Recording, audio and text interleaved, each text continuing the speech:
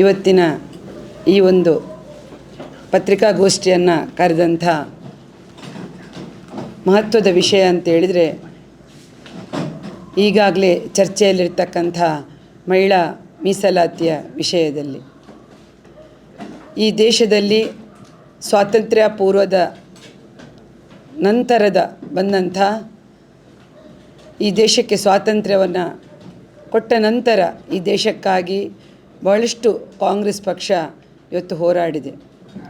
ಕಾಂಗ್ರೆಸ್ ಪಕ್ಷ ತಂದಂಥ ಕಾರ್ಯಕ್ರಮಗಳು ಎಲ್ಲವೂ ಕೂಡ ಇವತ್ತು ಜನಪರವಾಗಿ, ಮಹಿಳಾ ಪರವಾಗಿ, ನೊಂದವರ ಧ್ವನಿಯಾಗಿ ಕಾರ್ಯರೂಪದಲ್ಲಿ ಕಾಂಗ್ರೆಸ್ ಪಕ್ಷ ಜಾರಿಗೆಯೂ ಕೂಡ ತಂದಿದೆ. ಆ ನಂತರದ ಬಂದಂಥ ನಮ್ಮ ದೇಶದ ಕಾಂಗ್ರೆಸ್ ಪಕ್ಷ ಆಡಳಿತ ಸಂದರ್ಭದಲ್ಲಿರ್ತಕ್ಕಂಥ ಈ ದೇಶದ ಪ್ರಧಾನಮಂತ್ರಿಗಳಾಗಿ ಶ್ರೀಮತಿ ಇಂದಿರಾ ಗಾಂಧಿಯವರು ಕೂಡ ಮಹಿಳಾ ಮತ್ತು ಮಕ್ಕಳ ಕಲ್ಯಾಣ ಇಲಾಖೆಯನ್ನು ಮಹಿಳೆಯರಿಗೆ ಮತ್ತು ಮಕ್ಕಳಿಗೋಸ್ಕರ ತಂದಂಥ ಕೀರ್ತಿ ಇದ್ದರೆ ಅದು ಕಾಂಗ್ರೆಸ್ ಪಕ್ಷದ ಪ್ರಧಾನಮಂತ್ರಿಗಳಿಗೆ ಸಲ್ತದೆ. ತದನಂತರ ಈ ದೇಶಕ್ಕೆ ಸ್ವಾತಂತ್ರ್ಯ ಬಂದರೂ ಕೂಡ ಮಹಿಳೆಯರ ಸ್ಥಿತಿಗತಿ, ಮಹಿಳೆಯರ ಪಾಲ್ಗೊಳ್ಳುವಿಕೆ ಭಾಳಷ್ಟು ಕಮ್ಮಿ ಇತ್ತು. ಅದನ್ನು ಮನಗಂಡಂಥ ಕಾಂಗ್ರೆಸ್ ಆಡಳಿತ ಸರ್ಕಾರಗಳು 74ನೇ ತಿದ್ದುಪಡಿಯನ್ನು ಈ ದೇಶದಲ್ಲಿ ತರುವ ಮುಖಾಂತರ ಪಂಚಾಯತ್ ರಾಜ್, ನಗರಸಭೆ, ತಾಲೂಕ್ ಪಂಚಾಯತ್, ಜಿಲ್ಲಾ ಪಂಚಾಯತ್ ಎಲ್ಲ ಸ್ಥಳೀಯ ಸಂಸ್ಥೆಗಳಲ್ಲಿ ಕೂಡ 50% ಮೀಸಲಾತಿಯನ್ನು ಈ ದೇಶಕ್ಕೆ ತಂದುಕೊಟ್ಟಂಥ ಮಹತ್ವದ ನಿರ್ಣಯಗಳನ್ನು ತಂದಿದ್ದರೆ ಅದು ಕಾಂಗ್ರೆಸ್ ಆಡಳಿತದ ಸರ್ಕಾರ. ಭಾಳಷ್ಟು ಹೆಣ್ಣುಮಕ್ಕಳು ಈ ದೇಶದಾದ್ಯಂತ ಇವತ್ತು ಎಲ್ಲ ಸಂಸ್ಥೆಗಳಲ್ಲಿ, ಪಂಚಾಯತ್ ರಾಜ್ ಸಂಸ್ಥೆಗಳಲ್ಲಿ, ನಗರಸಭೆಗಳಲ್ಲಿ ತಾಲೂಕ್ ಪಂಚಾಯತ್ ಅಧ್ಯಕ್ಷರಾಗಿ, ಜಿಲ್ಲಾ ಪಂಚಾಯತ್ ಅಧ್ಯಕ್ಷರಾಗಿ, ಗ್ರಾಮ ಪಂಚಾಯತ್ ಅಧ್ಯಕ್ಷರುಗಳಾಗಿ, ಮೇಯರ್ಗಳಾಗಿ ಭಾಳಷ್ಟು ಕೆಲಸ ಕಾರ್ಯಗಳನ್ನು ಕೂಡ ಪಂಚಾಯತ್ ರಾಜ್ ವ್ಯವಸ್ಥೆಯಲ್ಲಿ ನಡೆಸಿಕೊಟ್ಟಿದ್ದಾರೆ. ಇದನ್ನು ಮನಗಂಡು ಇವತ್ತು ರಾಜಕೀಯ ರಹಿತವಾಗಿ ನಾವು ಹೇಳುವುದಿದ್ರೆ ಇವತ್ತು BJP, JDS, ಕಾಂಗ್ರೆಸ್ ಬೇರೆ ಬೇರೆ ಪಕ್ಷಗಳಲ್ಲಿ ಇವತ್ತು ಮಹಿಳೆಯರಿಗೆ ಅವಕಾಶ ಸಿಕ್ಕಿದರೆ ಇದಕ್ಕೆ ಪ್ರಮುಖ ಕಾರಣ ಕಾಂಗ್ರೆಸ್ ಪಕ್ಷ ತೆಗೆದುಕೊಂಡಂತಹ ನಿರ್ಧಾರಗಳು, ಯೋಜನೆಗಳು ಅಂತೇಳಲಿಕ್ಕೆ ನಾನು ತುಂಬ ಸಂತೋಷ ಪಡ್ತಾ ಇದ್ದೇನೆ. ಆದರೆ ಇವತ್ತಿನ ಪ್ರಸ್ತುತ ರಾಜಕೀಯದಲ್ಲಿ ನಾವು ನೋಡುವಂಥ ವಿಷಯಗಳು ಮಹಿಳಾ ಮೀಸಲಾತಿ, ಮಹಿಳಾ ಮಸೂದೆಯ ವಿಷಯ. ನೀವು ನೋಡಿದಂತೆ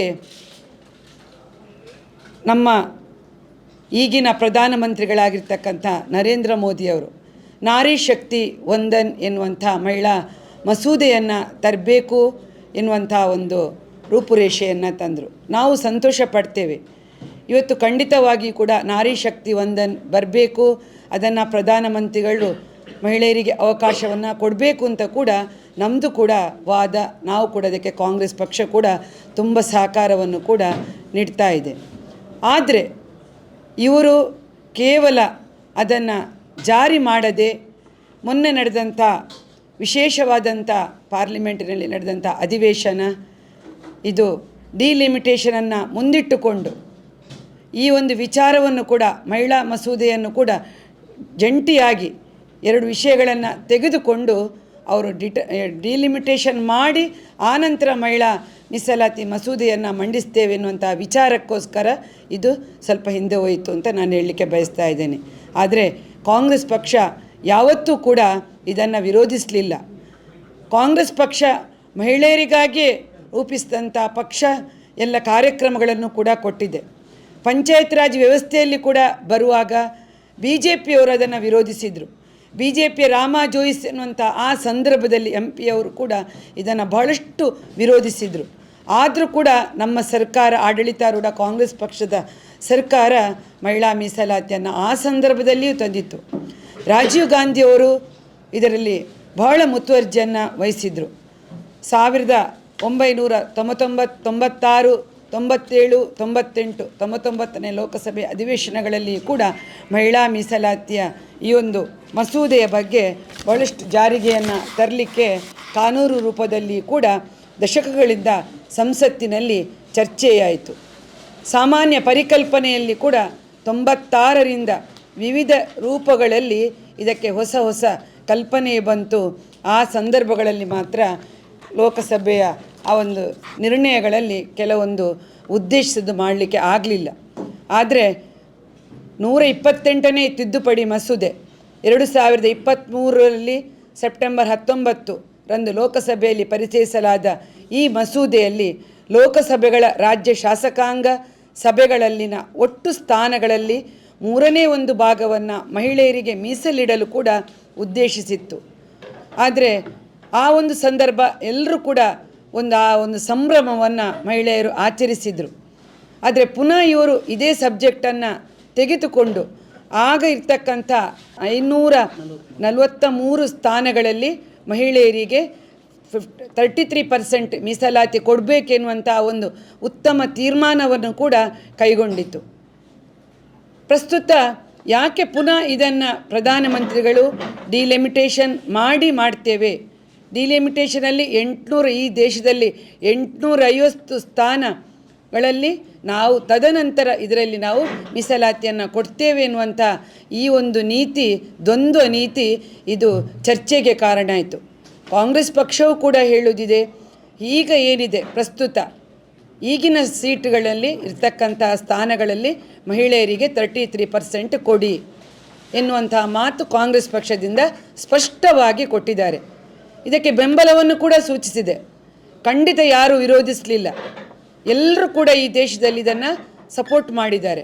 ಆದರೆ ಇವರು ಈಗ ಪ್ರಧಾನಮಂತ್ರಿಗಳು ಏನು ಹೇಳ್ತಾ ಇದ್ದಾರೆ, ನಾವಿವತ್ತು ಅವರು ಮಾಡಿದಂತಹ ಭಾಷಣವನ್ನು ನೋಡಿದ್ದೇವೆ, ಕಾಂಗ್ರೆಸ್ ಪಕ್ಷ ವಿರೋಧಿಸಿದೆ ಎನ್ನುವಂಥ ಮಾತನ್ನು ಅವರು ಈ ಒಂದು ಪಂಚರಾಜ್ಯ ಚುನಾವಣೆಯ ಸಂದರ್ಭಗಳಲ್ಲಿ ಈ ಮಾತನ್ನು ಹೇಳಿದ್ದಾರೆ. ಇದು ರಾಜಕೀಯವಾಗಿ ಇವರು ಮಾಡ್ತಾ ಇದ್ದಾರೋ ಎನ್ನುವಂಥ ಸಂಶಯ ನಮಗೆ ಕಾಡ್ತಾ ಇದೆ.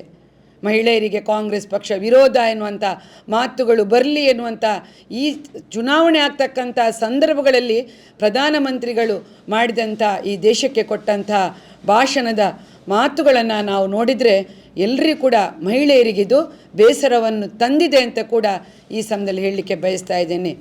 ನಿಜವಾಗಿ ಕೂಡ ಇವರಿಗೆ ಮಹಿಳೆಯರ ಬಗ್ಗೆ ಕಾಳಜಿ ಇರ್ತಿದ್ರೆ ಕಾಂಗ್ರೆಸ್ ಪಕ್ಷ ಹೇಗೆ ವಿವಿಧ ರೀತಿಯ ಪಂಚಾಯತ್ ರಾಜ್ ವ್ಯವಸ್ಥೆಗಳಲ್ಲಿ ಮೀಸಲಾತಿಯನ್ನು ತಂದಿತೋ ಅದೇ ರೀತಿಯಲ್ಲಿ ಈಗಿರ್ತಕ್ಕಂಥ ಸ್ಥಾನಗಳಲ್ಲಿ ನಮ್ಮ ಪ್ರಧಾನಮಂತ್ರಿಗಳು ಈ ಮೀಸಲಾತಿಯನ್ನು ತರಬೇಕಿತ್ತು.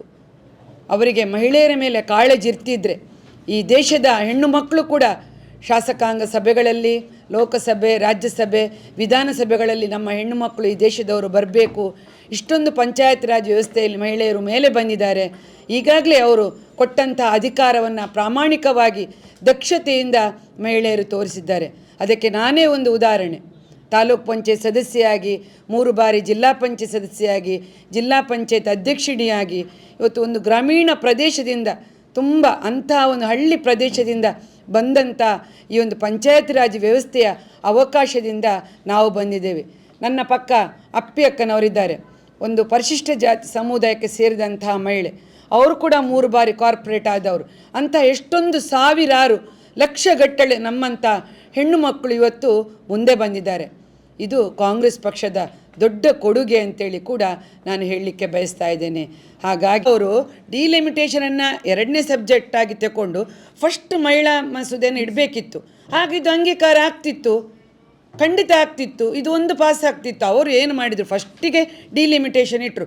ಅದು ಇನ್ನು ಆಗಿ ಇನ್ನು ಯಾರು ಕೋರ್ಟಿಗೆ ಹೋದರೆ ಅದು ಮತ್ತೆ ಮತ್ತೊಂದು ವ್ಯವಸ್ಥೆ, ಅದು ಇನ್ನೂ 10 ವರ್ಷಕ್ಕೆ ಬರುವುದಿಲ್ಲ. ಡಿಲಿಮಿಟೇಷನಲ್ಲಿ ಒಬ್ಬರೊಬ್ಬರು ಒಂದೊಂದು ಹೋಗ್ತಾರೆ ನೋಡಿ. ಯಾಕೆಂದರೆ ಇವರಿಗೆ ಮಾಡಬೇಕು. ಈಗ ಒಂದು ಗಾದೆ ಉಂಟಲ್ಲ, ಹಾಲು ಸಾಯಬಾರ್ದು, ಕೋಲು ಮುರಿಬಾರ್ದು. ಆ ಗಾದೆ ನಿಮ್ಮದಾಗಿದೆ ಈಗ ಅಷ್ಟೇ. ನಮ್ಮ BJP ಸರ್ಕಾರದ್ದು ಹಾಗೆ ಆಗಿದೆ ಈಗ ಅಷ್ಟೇ. ಅಂದರೆ ಬೇಕು ಬೇಡ 10 ವರ್ಷದಲ್ಲಿ ಅಷ್ಟೇ ನಾವು ಹೇಳೋದು. ಅವರಿಗೆ ಒಂದು ನಿಜವಾದ ಕಾಳಜಿ ಇರ್ತಿದ್ರೆ ಅವರು ಮಾಡಬೇಕಿತ್ತು. ನಾವು ಕೂಡ ಸಂತೋಷ ಪಡ್ತಿದ್ದೇವೆ ಎಲ್ಲರೂ ಕೂಡ. ಇದು ಎಲ್ಲಿಯಾದರೂ ಫಸ್ಟ್ ಈ ಸಬ್ಜೆಕ್ಟ್ ಮಹಿಳಾ ಮಸೂದೆಯನ್ನು ಫಸ್ಟ್ ಇಡಬೇಕಿತ್ತು. ನಾವೆಲ್ಲ ಎಷ್ಟೊಂದು ಕಾತುರದಿಂದ ಇದ್ದೆವು ಎಲ್ಲ ಮಹಿಳೆಯರು. ಇದನ್ನು ಈ ಸರಿ ಪ್ರಧಾನಮಂತ್ರಿಗಳು ಮಾಡ್ತಾರೆ, ಖಂಡಿತ ಇದನ್ನು ಅವ್ರು ಮಾಡ್ತಾರೆ ಅಂತ ಒಂದು ನಮಗೆಲ್ಲ ಒಂದು ಆಶಾಭಾವನೆ ಇತ್ತು. ಎಲ್ಲ ಒಂದು ನಮ್ಮ ಆಶಾಭಾವನೆಗಳಿಗೆ ನೀರೆರಚಿದಂತಾಗಿದೆ ಇದು. ಅಲ್ಲ, ಉಂಟು ಪ್ರತಿಭಟನೆ ಉಂಟು, ಮಾಡ್ತೇವೆ ನಾವು. ಈಗ ಪ್ರತಿಭಟನೆಗಿಂತ ನಾನು ಹೇಳುದು ನೋಡಿ, ಇದು ಪ್ರತಿಭಟನೆ ಯಾರ ಮೇಲೆ ಮಾಡುದು, BJP ಅವರ ಮೇಲೆ. ಅಲ್ಲ, ಅವರು ಸುಳ್ಳು ಹೇಳ್ತಿದ್ದಾರೆ, ನಾವು ಮಾಡಬೇಕು ಅಂತ ಕಾಂಗ್ರೆಸ್ನವರು. ಎಲ್ಲ ಕಡೆ ಬಿಜೆಪಿಯವರು ಕಾಂಗ್ರೆಸ್ ಅಂತ ಹೇಳಿದವರು. ಕಾಂಗ್ರೆಸ್ನವರು ಮಹಿಳಾ ಮಸೂದೆಯನ್ನು ವಿರೋಧ ಮಾಡಿದವರು ಅಂತ ಪ್ರತಿ ಮನೆಗೆ ಹೋಗಿ ಹೇಳ್ತೇವೆ. ಕಾಂಗ್ರೆಸ್ ಅಂತ ಏನ್ ಮಾಡ್ತಿದ್ವಿ? ಅಲ್ಲ ನೋಡಿ, ಈಗ ನಾನು ಒಂದು ಹೇಳ್ತೇನೆ, ಈಗ ನಿಮಗೂ ಗೊತ್ತಿದೆ ಈ ದೇಶದಲ್ಲಿರೋದು ನಮ್ಮ ರಾಜ್ಯದಲ್ಲಿ ಇವತ್ತು ಮಹಿಳೆಯರಿಗೆ ಒಂದು ಪಂಚ ಗ್ಯಾರಂಟಿ ಯೋಜನೆಗಳನ್ನು ಕೊಟ್ಟ ಸರ್ಕಾರ ಇದ್ದರೆ ಸಿದ್ದರಾಮಯ್ಯ ನೇತೃತ್ವದ ಸರ್ಕಾರ. ಮಹಿಳೆಯರಿಗೆ 5 ಪಂಚ ಗ್ಯಾರಂಟಿ ಯೋಜನೆಗಳನ್ನು ಕೊಟ್ಟದ್ದು ಯಾರು? ನಾವು ಬಿ ಜೆ ಪಿಯವರು ಕೊಟ್ರ. ಈಗ ನೋಡಿ ನಮ್ಮದನ್ನೇ ಅನುಕರಿಸ್ತಾ ಇದ್ದಾರೆ. ನಾವು ಮಾಡುವಾಗ ಹೇಳಿದ್ರೇನು, ರಾಜ್ಯ ಲಾಸ್ ಆಗ್ತದೆ, ಎಲ್ಲ ಮುಳುಗ್ತದೆ, ಹೋಗ್ತದೆ, ನಮ್ಮ ಟ್ಯಾಕ್ಸ್ ಎಲ್ಲ ಹಾಗೆ ಹೀಗೆ ಹೇಳಿದರು. ಆದರೆ ಇವತ್ತು ಕರ್ನಾಟಕ ರಾಜ್ಯ GSTಯಲ್ಲಿ ಕೂಡ ಫಸ್ಟ್, ಟ್ಯಾಕ್ಸ್ ಕಟ್ಟುವುದರಲ್ಲಿ ನಮ್ಮ ರಾಜ್ಯ ಫಸ್ಟ್, ಅಭಿವೃದ್ಧಿಯಲ್ಲಿ ಫಸ್ಟ್, ಆರ್ಥಿಕವಾಗಿ ಸಾಮಾಜಿಕವಾಗಿ ಎಲ್ಲ ವಿಚಾರದಲ್ಲಿ ನಮ್ಮ ರಾಜ್ಯ ಬೇರೆ ರಾಜ್ಯಗಳಿಗೆ ಹೋಲಿಸಿದ್ರೆ ನಾವು ಫಸ್ಟ್ ಬಂದಿದ್ದೇವೆ. ಇವತ್ತು ಏನಾಯಿತು, ಮಹಿಳೆಯರಿಗೆ ಕೊಟ್ಟು ಇವತ್ತು ಸ್ವಾಭಿಮಾನಿಗಳಾಗಿದ್ದಾರೆ ಹೆಣ್ಮಕ್ಳು ಈ ರಾಜ್ಯದ್ದು. ಇವರು ನೋಡಿ, ಇವರು ಯಾಕೆ ಮಾಡಲಿಲ್ಲ? ಈಗ ನಮ್ಮದು ಕಾಪಿ ಮಾಡ್ತಾ ಇದ್ದಾರೆ. ನಮಗೆ ಬೈದರು ಮಾಡಿದ್ದಕ್ಕೆ, ಈಗ ಅವರೇ ಅದನ್ನು ಕಾಪಿ ಮಾಡ್ತಾ ಇದ್ದಾರೆ. ಆದರೆ ಪಂಚಾಯತ್ ರಾಜ್ ನೋಡಿ, ನಾವು ಫಸ್ಟ್ ಬೇರು ಯಾವುದು? ಪಂಚಾಯತ್. ಒಮ್ಮೆಲೆ ಶಾಸಕಿಯಾಗಿ ಹೋಗಲಿಕ್ಕೆ ಕಷ್ಟ. ಪಂಚಾಯತ್ ರಾಜಿಂದ ಬಂದು ಅನುಭವವಾಗಿ ಎಲ್ಲದರಲ್ಲಿ ಮತ್ತೆ ಇನ್ನು ಹೆಣ್ಮಕ್ಳು ಮೇಲೆ ಬರ್ತಾರೆ. ಬೇರು ಕಾಂಗ್ರೆಸ್ ಕೊಟ್ಟಿದೆ, ತಳಪಾಯ ಕಾಂಗ್ರೆಸ್ ಹಾಕಿದೆ. ಈಗ ತಂದೆ ಮಾಡಿಕೊಟ್ಟ ಮನೆಗೆ ಮಗ ಪೇಂಟು ಬರೆಯುವುದು ಸುಲಭ. ನಾಳೆ ಮಗ ಹೇಳ್ತಾನೆ ಎಲ್ಲ ನಾನೇ ಮಾಡಿದ್ದು ಅಂತ. ತಂದೆ ಮಾಡಿದ್ದು ಏನು, ಮನೆ ಜಾಗ ಅಪ್ಪ ಅಮ್ಮ ಮಾಡಿದ್ದನ್ನು ಈಗ ಮರೀತಾರೆ. ಪೇಂಟ್ ಕೊಟ್ಟ ಮಗ ಮಾತ್ರ ನಾನೇ ಮಾಡಿದ್ದು ಅಂತ ಹೇಳುವಂಥ ಪರಿಸ್ಥಿತಿ ನಮ್ಮ ದೇಶದಲ್ಲಿ ಆಗಿದೆ. ಈಗ ಎಂತ ನೀವೆಲ್ಲ ನೋಡ್ತಾ ಇಲ್ವಾ? ನೀವೀಗ ಹೌದಾ, ನೀವೆಲ್ಲರೂ ಕೂಡ ಈಗ ನೋಡ್ತಾ ಇದ್ದೀರಲ್ಲ, ಅವರು ಪ್ರಧಾನಮಂತ್ರಿಗಳು ಸತ್ಯ ಹೇಳ್ತಾರೋ ಸುಳ್ಳು ಹೇಳ್ತಾರೋ ಅಂತ ನೀವೇ ನೋಡ್ತಾ ಇದ್ದೀರಿ. ಅಣ್ಣ ಅಪೋಸ್ ಮಾಡಲಿಲ್ಲ ಕಾಂಗ್ರೆಸ್. ಅಪೋಸ್ ಮಾಡಿದ್ದು ಯಾಕೆ? ಯಾವ ವಿಷಯದಲ್ಲಿ? ಮಹಿಳಾ ಮಸೂದೆಗೆ ಅಪೋಸ್ ಮಾಡಲಿಲ್ಲ. ಡಿಲಿಮಿಟೇಷನ್ ವಿಷಯದಕ್ಕೆ ಮಾತ್ರ ನಾವು ಅಪೋಸ್ ಮಾಡಿದ್ದು. ಇಲ್ಲ ನೋಡಿ, ಅವರಿಗೆ ಕಾಳಜಿ ಇರ್ತಿದ್ರೆ ಅವರು ಫಸ್ಟ್ ಮಹಿಳಾ ಬಿಲ್ ಇಡೋದು. ವಿಶೇಷವಾಗಿ ಇವರು ಕರೆದು ಚುನಾವಣೆ ಸಂದರ್ಭದಲ್ಲೇ ಈ ಅಧಿವೇಶನವನ್ನು ಕರೆದ ಉದ್ದೇಶ ಏನು? ಮೊದಲು ಮಾಡ್ಬೋದಿತ್ತಲ್ಲ ಅವರಿಗೆ, ಮೊನ್ನೆ ನಂತರ ಮಾಡ್ಬೋದಿತ್ತಲ್ಲ. ಈ ಸಂದರ್ಭದಲ್ಲೇ ಇಟ್ಟು ಅದನ್ನು ಮಾಡಿದ್ದಾರೆ ಅಂತ ಹೇಳಿದರೆ ಏನು ಇವರ ಉದ್ದೇಶ? ಯಾರಿಗೆ? ಅವರಿಗೆ ಗೊತ್ತಿತ್ತು. ಎಲ್ಲ ನಮ್ಮ ಅಧ್ಯಕ್ಷರು ಹೇಳಿದ್ದಾರೆ, ಏನು ನೀವು ಮಹಿಳಾ ಮೀಸಲಾತಿಗೆ ನಮ್ಮ ಸಹಕಾರ ಇದೆ, ಅದನ್ನು ಇಡಿ, ಒಂದು ಸಬ್ಜೆಕ್ಟ್ ಇಡಿ ಅಂತ ಹೇಳಿದಾರಲ್ಲ. ಅದರ ಒಡೆಗೆ ಇವರು ಸೇರಿಸಿದ್ದು, ಹೋದ್ರೆ ಆಗಲಿ ಅಂತ ಕರೀಬಾರ್ದಲ್ಲ. ನೋಡಿ, ಜನರಿಗೆ ಗೊತ್ತಿದೆ ಕಾಂಗ್ರೆಸ್ ಪಕ್ಷ ಏನು ಮಾಡಿದೆ, ಎಂತ ಮಾಡಿದೆ, ಎಲ್ಲ ಜನರಿಗೆ ಗೊತ್ತಿದೆ. ವಾಸ್ತವ ಗೊತ್ತಿದೆ ಅಲ್ವಾ? ಇದು ಎಲ್ಲ ಎಂಥದ್ದು ಚುನಾವಣೆಗೋಸ್ಕರ ಮಾಡಿದಂಥ ಈ ಒಂದು ಗಿಮಿಕ್ ಅಂತಲೇ ಹೇಳ್ಬೋದು ನಾನು.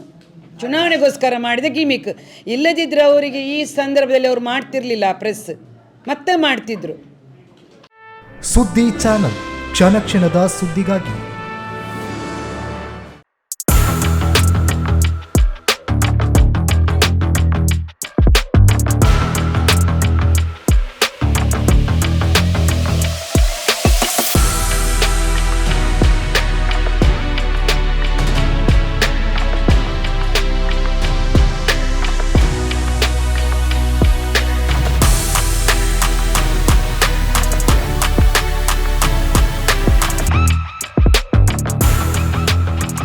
ನವರತ್ನ ಎಲೆಕ್ಟ್ರಿಕಲ್ ಅಂಡ್ ಪ್ಲಂಬಿಂಗ್ 25 ವರ್ಷಗಳಿಂದ ನಂಬಿಕೆ, ಗುಣಮಟ್ಟದೊಂದಿಗೆ ವಿಶ್ವಾಸಾರ್ಹ ಸೇವೆ. ಒಂದೇ ಸೂರಿನಡಿ ಅತ್ಯಂತ ಕಡಿಮೆ ಬೆಲೆಗೆ ಗುಣಮಟ್ಟದ ವಸ್ತುಗಳು.